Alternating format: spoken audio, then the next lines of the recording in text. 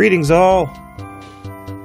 Recently, saw some things in entertainment news that were really interesting to me and exciting, and I wanted to talk a little bit about them. Stephen King is being adapted once again. I'm excited about The Long Walk, one of my favorite books of his, becoming a movie. It looks to be pretty faithful to the book, too, from the trailers I saw, and interestingly cast. They're also redoing The Running Man, which that's a Stephen King story originally. The one in the 80s is maybe like the most far-off adaptation of any of his books, except maybe for Lawnmower Man, which is literally just the title is all they took from him. But The Running Man in the 80s was pretty campy and fun and cartoonish, kind of pro wrestling kind of vibe.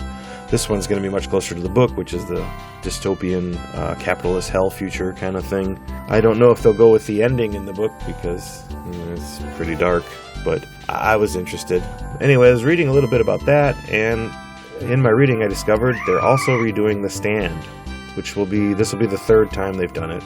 I believe it's going to be a mini-series, probably on a streaming service.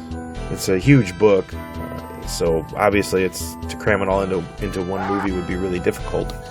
But I'm not the biggest fan of it, of the book or the previous two adaptations of it. But it got me to thinking about another book from the 80s that I really have always wanted to see as a movie or as a quality series, and that was Swan Song by Robert McCammon, which is kind of similar to The Stand in that it's a post-apocalypse story, although it's about like a literal nuclear war between USA and the USSR in the 80s, and a bunch of supernatural stuff on top of it. But it's often compared to The Stand. I've heard people mention it's like The Stand. I think it's actually way superior. I've always really wanted to see it brought to life on screen, so I was looking around and I found out they're making it. Swan Song is going to be a movie. Not a movie, it's going to be a streaming service. It's in pre-production, so there's no names attached to it, just a production company. There's no stars, no directors, no producers, nobody listed, just the company that's doing it. They've done a bunch of episodes for the new Creepshow series, and that Hitman movie with that one handsome guy, I can never remember his name. It's all over Netflix anyway. They've done that. So, pretty kind of exciting, could be really cool.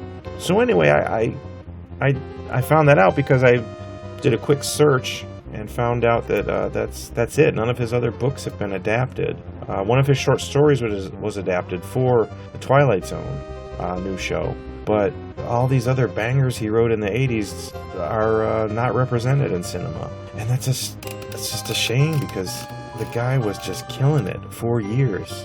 All these books would have just been the most incredible films, I think. And across a wide range of genres, because the guy's just such a prolific writer. He can write in a whole bunch of different topics and styles. Just so many of his books would make great movies, and they're widely varied. Like I was saying, like Baal, his first novel, this Christian horror story about the Antichrist. If you gave that to somebody like David Fincher or somebody like that could just be this awesome, dark, thriller kind of intrigue about the end of the world. The Night Boat. Story about a haunted Nazi submarine, or his vampire novel They Thirst was just incredible. I mean, if you gave that to somebody like Robert Rodriguez or Quentin Tarantino, it would just come out like so cool. I bet such an epic story. Stinger would be a fantastic science fiction story. He's also got like a down-to-earth kind of stuff he writes, like Mine, which is this novel about this crazed ex-hippie cult lady who's always wanted to have a baby, and so she just goes off on a nut one day and steals one, and it's about the race to try and find her and save this baby that the mother has to go through, or Bethany's Sin, which would have been like an awesome like late night cable like sleaze story. It's about these Amazon ghosts who take over this town. Not to mention The Wolf's Hour, which is one of these books where the monsters are actually the good guys. It's about a werewolf secret agent in World War II. Just incredible.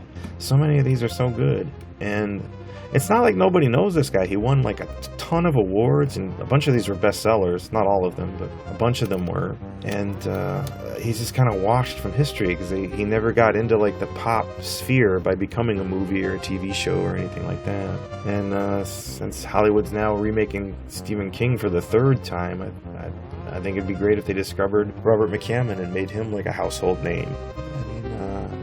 Lovecraft had been dead for 20 years before he became famous. He wrote for crummy magazines that very few people read. It was only an editor years after he died who loved his stuff that kind of pushed and finally got him with the right publishers, and now he's like the patron saint of horror fiction. You know, it's just weird how some things really take off and everybody knows about them, and other things, even though they're great, just kind of fade to the side.